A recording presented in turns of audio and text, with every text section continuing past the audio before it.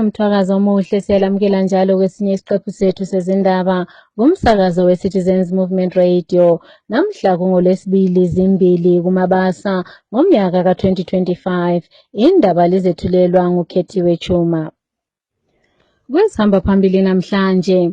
Linganaki umsindo kaGarwe ngodaba luka-2030 lolu luzakwaliwa ngabantu kusho ibandla eliphikisayo. Kulihlazo kwenziwe ngungqongqoshe wogatsha lwe-CIO esethusela inkululeko yabantu kusho ibandla eliphikisayo. Ngemva kokubulala ugatsha lwe-National Railways, uMnangagwa ukhulumisana lama-China ukuba balwakhe njalo. Nanzi indaba zethu ngokuceleyo.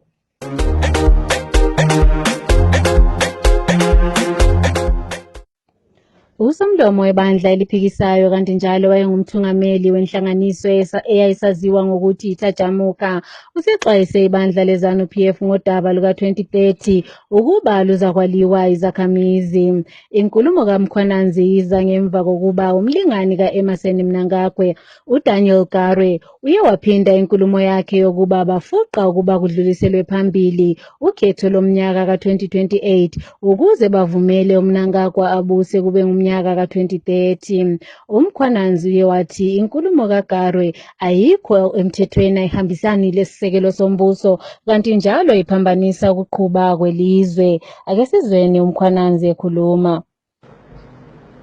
The remarks by Mr. Garwe are an affront to the country's constitution and must be stopped. We are very concerned about the reckless statements attacking the country's constitution, undermining the rule of law. We have said that whoever is interested in extending Mr. Mnangagwa's term of office must follow the due process as laid out in the constitution of the country. There must be a vote in parliament, there must be a referendum, and if he succeeds in that referendum, then he can go ahead and do that.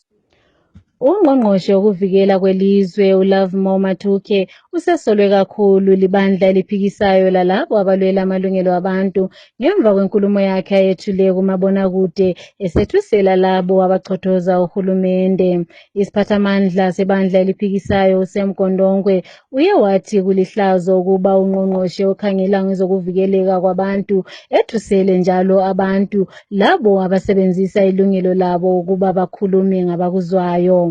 Ake sizweni uGondongwe ekhuluma. It is regrettable for a state minister to spew threats and harm on citizens for exercising their constitutional rights to freedom of expression. The minister erred in becoming the replacement of the rights. Mathuke, the Minister of State Security, should be wary of the dying freedoms that he should protect, not to add insult to the already oppressed citizens by the regime. Instead of concentrating on closing the voice of critic, he should rather find a way of dealing with corruption, which has become a security threat in Zimbabwe. According to the Vice President, when he addressed one of the days, he said corruption has become a security threat, not critiquing the government. No, because if you don't find anyone who will tell you where you are going wrong, then you are going to beat your chest saying you are doing great things, yet nothing is happening on the ground. So Minister Mathuke should know that in the corruption has become a security threat, according to the Vice President. So he should concentrate on finding a way of dealing with corruption. He must know when and how to separate ZANU-PF duties from government duties. He cannot be everywhere. If he wants to be the mouthpiece of ZANU-PF, then he should not masquerade as a state minister. Because when you become a state minister, it means you represent the aspiration and the interests of all citizens of this nation. It's not about him protecting the regime because he has got some interest in the regime. No, he should know when to say this is enough. It is high time the citizens of this nation inform these guys their proper positions. We must not be stopped from speaking against corruption, against corrupt government. We must sing about it in every place and in every opportune time, so that maybe the scourge can end. The minister tries to protect the corrupt regime because it appears he also eats from the same plate.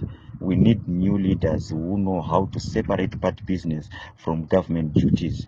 Minister Matuke should desist from threatening the citizens, because it is not his duty to threaten us. Instead, he must find a way with his colleagues to stop the corruption that has become a security threat in this nation. Ngemva kokubulala ugatsha lwe-National Railways of Zimbabwe lokufaka abalingani bakhe kubandla le-ZANU-PF ku-board, uhulumende usezama ukuncenga izizalwane ze-China ukuba bamncedise ukulungisisa uloliwe kuleli lizwe. Inkulumo evela kuhulumende iveza ukuba u-Emmerson Mnangagwa ose-China uhambe ukuyaxoxisana lamankampani ase-China ukuze bakhulumisane ngokwakhiwa kukaloliwe, kodwa akakwaziwa ukuba kuza kuba imalini. Usaziwayo kwezokuthengiselana Obed Masaraure uye wathi uMnangagwa uzama ukuthengisa ilizwe elithengisela abantu base-China ngokuthatha izembiwa zelizwe okuza kushiya izizalwane eziza kuzalwa zingelalutho eziza kuthola. Ake sizweni uMasaraure ekhuluma. It is embarrassing that a nation that used even to assemble trains at some point is no longer able to run a functional railway system. The Rhodesia railway system was one of the best in the region. Now the National Railways of Zimbabwe managed to completely collapse all the infrastructure. Now, when people are quoting investors to come from China to do the job that we failed to do, we do not want to blame the Chinese for this. The Chinese are the best globally when it comes to infrastructure development, and we don't want to appear like we are anti-Chinese investment. What we are simply embarrassed with is our own leaders have failed us, have failed to sustain a functional railway system. And now we need to get fresh investors who obviously come with fresh conditions to create a new railway system for our nation. Yes, we can't be able to develop this economy without a functional railway system. And we need partnerships since we have failed to do it ourselves. But one thing that then is to come to mind is that what are the conditions? We do not want conditions that really leave us at the mercy of foreigners to exploit us, to loot our wealth, to loot our minerals. We need a fair deal, but unfortunately the current government has no capacity to negotiate a fair deal. They've squandered all the national wealth, and they're out there desperately trying to cover face. So they will accept anything and everything so that they can say to Zimbabweans, we managed to restore a functional railway system. But the cost will be big for Zimbabwe, which is very unfortunate. We want to advise the Chinese not to enter into deals that we will be forced to reverse in the future when this government is out of power. Kusenjalo isiphathamandla kwe-Center for Natural Resources Government uFarai Maguwu usexwayise izakhamizi zokuba zisengozini yokuwelwa ludaka, kanti njalo lokuwela emgodini eyenziwa yilabo abembayo abayizizalwane ze-China lapho sebegubha izintaba endaweni yase-Christmas Pass Gwele-Mutare. Uye wathi bemba ngokungekho emthethweni, kanti njalo kuyingozi enkulu kakhulu ezikolweni eziseduze kanye lezakhamizi, ikakhulu kungaba lesehlakalo sokuba kuna izulu eliningi. Ake simzweni ekhuluma labalingani bethu bokusakaza i-CVN. Right now, they've started digging along Christmas Pass in Mutare. Are they Chinese? Yes, they're Chinese. They've started digging Christmas Pass. And beneath the trench they are digging, high in that mountain, near the radio signals, beneath you've got a school, a great school, Hillcrest College. You've got a residential area. There are people who have invested a lot of money building their houses, on the foot of that Christmas Pass range. all of those people are in danger of being swept away by flash floods, should that happen. In Penalonga, where rule of law has completely been suspended, politicians have taken over that area. It's now a very dangerous area. In some places, they are digging under the road, such that the road can even collapse. So it's not many years from now where a bus is moving along a road and suddenly it disappears into underground tunnels.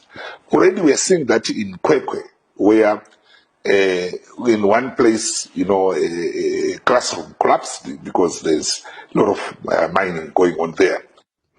Siyaxoxisana lo mthungameli wezifundi kanti njalo elwela amalungelo abantu uKigen Mathe osiphe eyakhe imbono ngalokho okuvezwe nguMagawu njalo lokuthi abantu abasha baliqhaza bani okumele balidlale ekuvikeleni imvelo yelizwe kanye lokutshontshwa kwezembiwa zelizwe okwenziwa ngamankampani aseChina okungalethi inzuzo elizweni. Uye wagcizelela ngokuthi abantu abasha kumele basukume bananzelele njalo bagcine izembiwa zelizwe ukuze babe lekusasa eqhakazekileyo.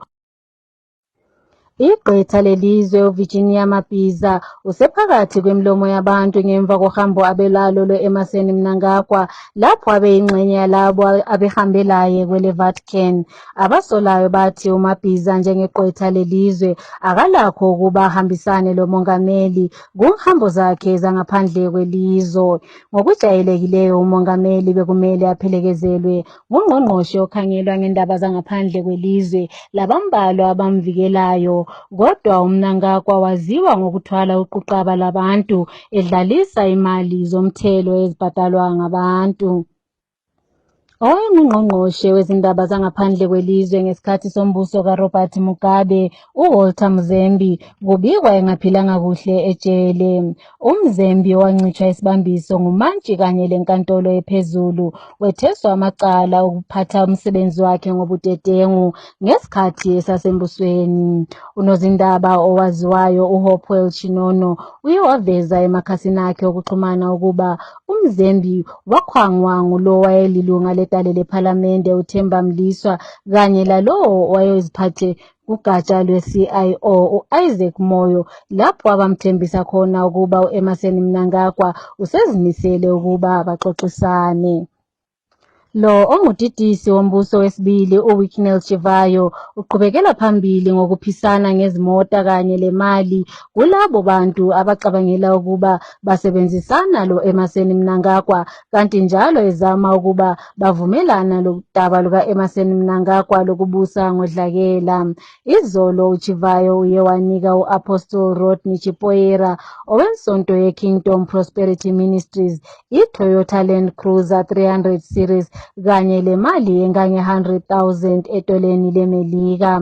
uChivayo sesebenzise iziwaka zezimali kanye lezipho zezimota ukhangelwa ngabantu abaningi njengodidisi kaMnangagwa onguye oqhuba udaba luka-2030. Imbiko evelayo eza kwele Mozambique ithi umthungameli webandla eliphikisayo uVenancio Mondlane izolo uye wafungiswa ukuba abe yingxenye ye-Council of the State kanye lalowo owayengumongameli uPhilip Nyusi, u-Armando Guebuza kanye loJoaquim Chissano. uGraça Machel ongumfelokazi kalowo wayengumongameli welizwe ngokwakuqala uSamora Machel laye ungomunye wabangene kule ikhansili. Isiphathamandla sebandla eliphikisayo uPromise Mkhwananzi uye wabuka kakhulu ilizwe leMozambique ngokuqakathekisa ukuthula kulo macebo okukhangelela phansi amabandla aphikisayo. Umsakazo we-Citizens Movement Radio uye waxoxisana lezakhamizi ukuze zizwe ngongqongqoshe uGarwe lapho ethi ibandla leZANU-PF lizafuqa ukuba kwedluliswe ukhetho lomnyaka ka-2028 ukuze uMnangagwa aqhubeke phambili ebusa kuze kwedlule umnyaka ka-2030. Ake sizweni. Yeah, indeed, Garwe is crazy. As a nation, we must understand our history and direction. The liberation struggle was founded on key principles: resistance to colonialism, unity and solidarity.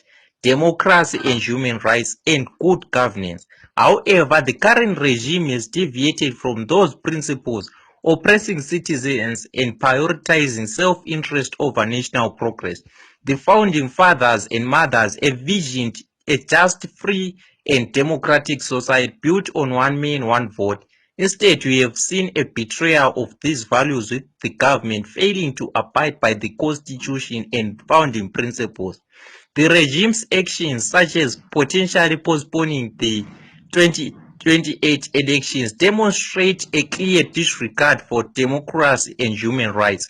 With the citizens who will collaborate with true war veterans and those who have the country's best interest at heart and commit to defending the founding ideas and values of the Chimurenga War. Zimbabwe needs to be liberated from oppressive forces and will not be deterred. The 28 elections are inevitable and electoral reforms are a matter of urgency. The regime's attempts to delay or manipulate the electoral process will be met with resistance, who will not be fooled by empty promises or distracted by narratives from this idiotic group of idiots, ZANU-PF. Garwe's utterances are a clear sign that he is mentally challenged. It's not surprising, as we have a crazy self-imposed president. The 2030 nonsense won't succeed. Our country needs genuine leadership that will prioritize the people's welfare and uphold the Constitution. We will stand united as citizens in our determination to protect our democracy and ensure that the voices of the people are heard through the 28 elections. The nonsense about 2030 will not succeed. Zimbabwe's future depends on the ballot, so that the principles of having freedom, justice, and democracy is attained. Maswera sei vana veZimbabwe, maswera sei tichisangana pano pa movement, pa Citizen Movement Radio, tichikurukura nenyaya yekuramba ichitaurwa navaminista Garwe vachiti ivo vari kuda kupusha kuti maelection emuZimbabwe asaitwe muna 2028 acrosspondwe, vamunangagwa varambe zvakare vari pachigaro. Ndinotenda mashoko aya, iwe zvichitendawo newe movement, newe Citizen Movement vachisvikawo mumanharaunda yatinogara muno mamutoko, vachitibvunzawo mamiriro kana kuti zvirongwa zvakaita seizvozvi zviri kurotwa navagarwe vachiti iyo ZANU-PF irambe ichitonga kana kuti vamunangagwa varamba vachitonga kana kuti vacrossponde maelection. Munhu ane amandate yekuti anogona kuprosponda maelection vana vemuZimbabwe. Hakuna a political party inokwanisa kuti iyo inogona kuti maelection ngaasaitwe kana kuti ngaasaitwe. Hakuna munhu, hakuna political party ine masimba iyayi. Hakuna political party, because as long chinhu chega chega chine concern inevana vemuZimbabwe, I don't think kuti ZANU-PF ine mapowers yekuti iite zviri kurongwa navagarwe izvozvo.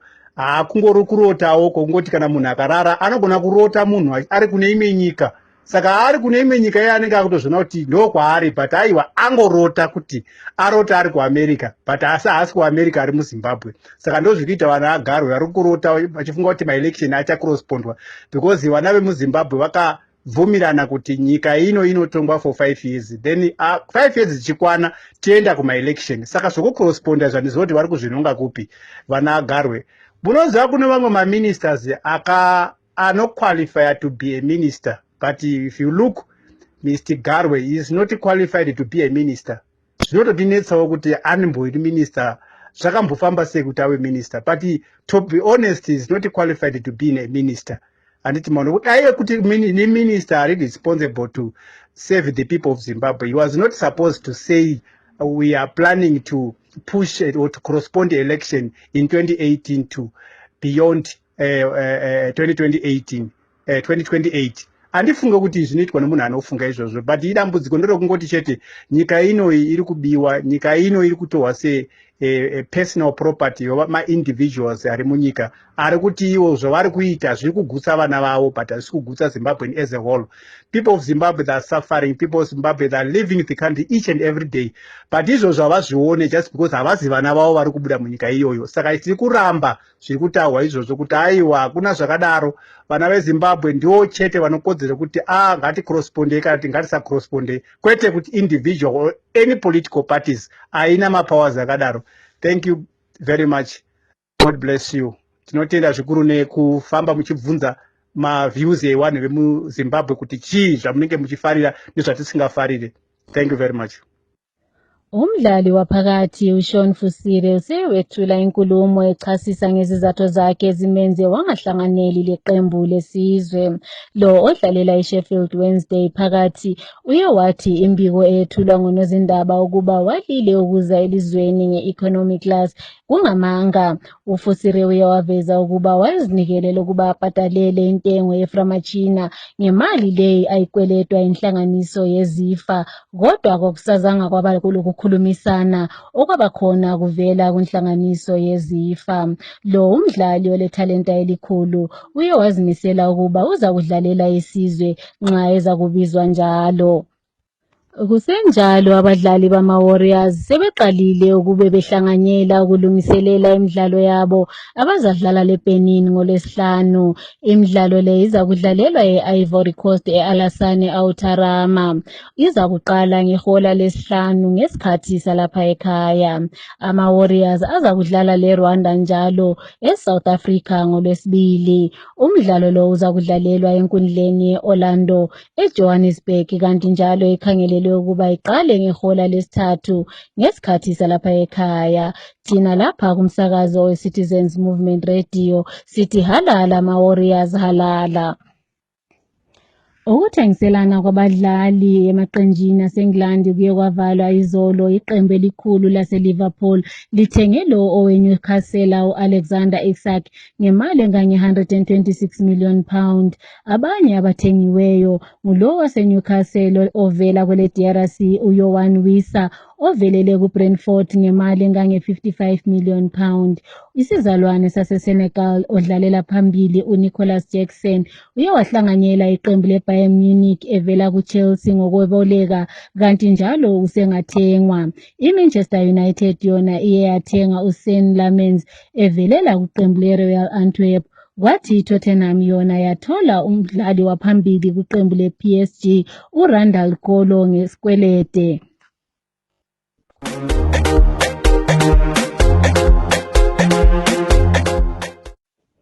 Ukuziphetha lezi ndaba kumsakazo we-Citizens Movement Radio, nanzo besihamba phambili. Linganaki umsindo kaGarwe ngodaba luka-2030, lolo luzakwaliwa ngabantu, kusho ibandla eliphikisayo. Kulihlazo okwenziwe ngungqongqoshe wogatsha lwe-CIO esethusela inkululeko yabantu, kusho ibandla eliphikisayo. Ngemva kokubulala ugatsha lwe-National Railways of Zimbabwe, uMnangagwa ukhulumisana labe-China ukuze kwakhiwe kusha. Siziphetha lapha lezi ndaba.